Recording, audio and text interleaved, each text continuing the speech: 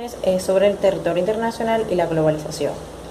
Como territorio internacional, entendemos que es el espacio físico sobre el que un Estado ejerce sus competencias, que son territoriales y personales. Se extienden sobre el conjunto de tierra firme, espacios marítimos y espacio aéreo. El territorio es considerado como una porción de la superficie terrestre en la que un sistema de reglas jurídicas es aplicable y ejecutivo. Él representa la esfera de competencia espacial del Estado y el ámbito de validez del ordenamiento estatal. Física, geográficamente, es un concepto dentro del cual se incluye tradicionalmente, además de la superficie terrestre propiamente dicha, ya sea de propiedad privada o de dominio público estatal o de entidades públicas, el subsuelo y el espacio atmosférico que se encuentra debajo y encima, respectivamente, de dicha superficie terrestre. Dentro del mismo se incluyen los ríos y canales, también el territorio marítimo, en la medida que esté delimitado como de competencia estatal, entendiendo por tal las aguas interiores y el mar territorial. El territorio está delimitado por las fronteras y en él tiene su asiento físico la mayoría de la población del Estado. Por ello se configura como uno de los elementos capitales del mismo. Cuando hablamos de la soberanía territorial de los Estados, estamos hablando de la competencia desde el punto de vista de la soberanía que va a tener el Estado en sus elementos constitutivos: territorio, población y poder político, viéndolos de dos puntos de vista.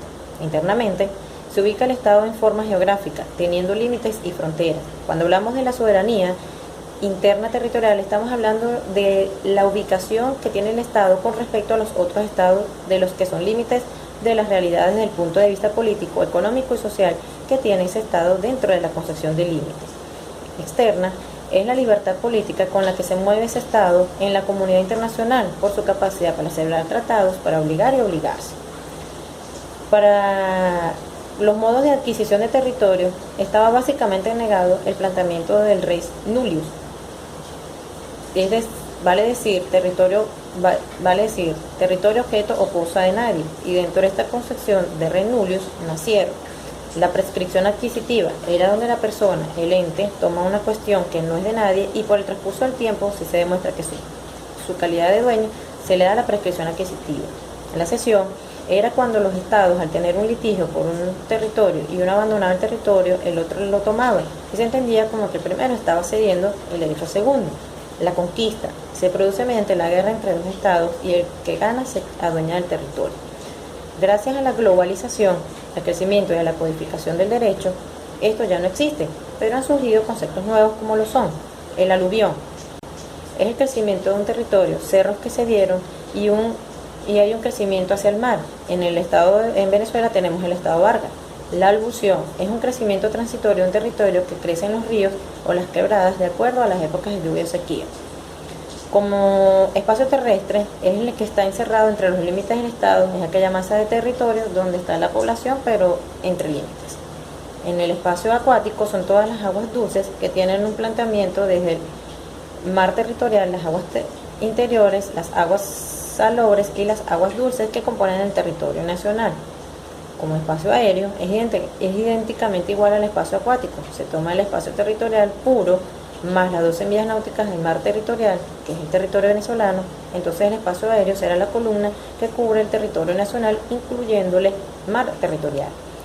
Como Venezuela tiene sus tratados y litigios con Venezuela, con Brasil, Guayana y Colombia. Como globalización, entendemos que es un proceso de interacción e integración entre la gente, las empresas y los gobiernos de diferentes naciones. Es un proceso en función del comercio y la inversión en el territorio internacional, el cual cuenta con el respaldo de las tecnologías de información. Este proceso produce efectos en el medio ambiente, la cultura, los sistemas políticos, el desarrollo y la prosperidad económica, al igual que en el bienestar físico de los seres humanos que conforman las sociedades de todo el mundo.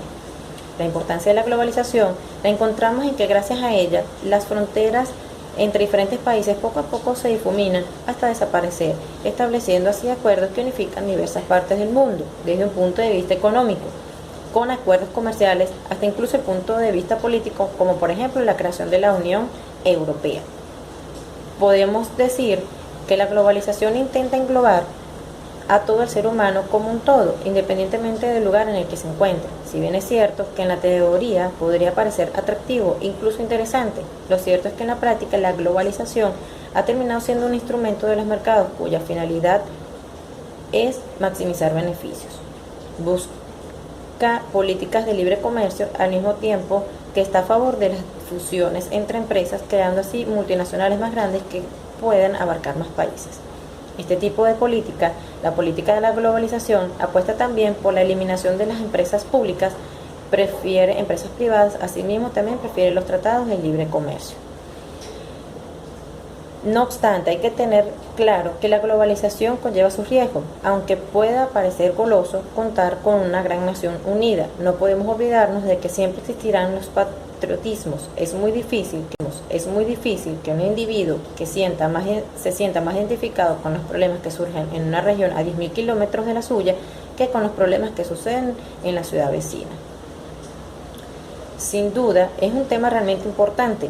Muchos aseguran que la globalización es un proceso que ya no puede pararse. No obstante, muchos otros creen que apostando por políticas un poco más intervencionistas, estas brechas entre la sociedad y otros problemas podrán solucionarse. Muchas gracias por tu atención. Hasta luego.